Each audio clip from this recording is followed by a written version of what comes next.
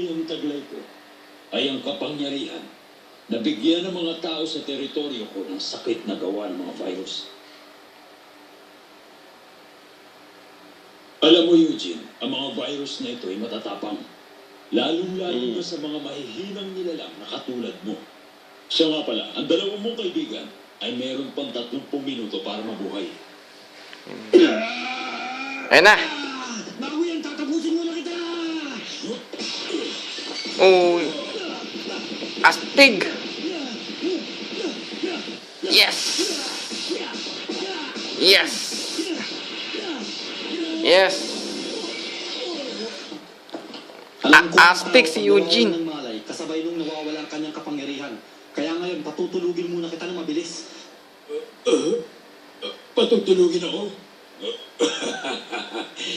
Imposible yan! Nako. Katakas. Halika at subukan mo ang habulin! Kumanda ka!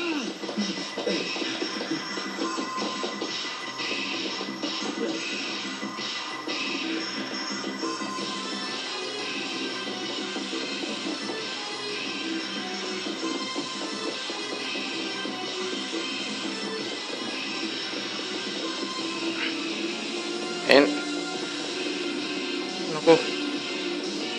Saan ka yung kalaban ni Eugene?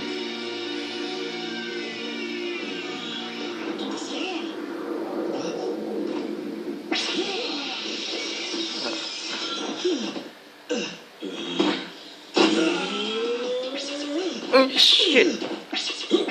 Ay. Ito na. Sapul. Sapul. Sapul. Sapul. Sapul. Sapul.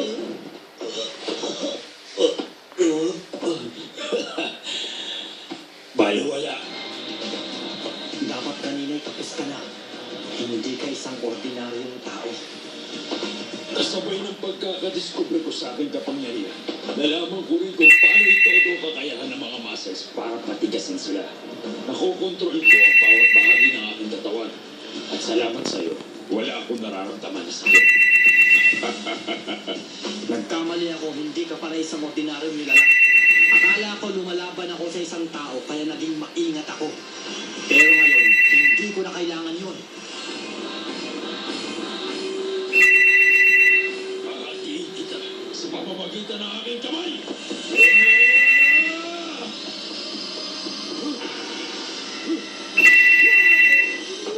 Oh.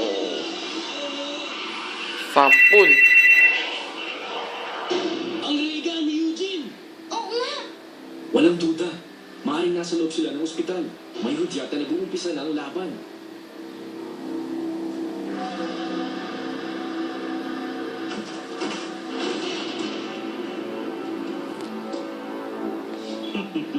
Yan lang ba ang iyong kapangyarihan?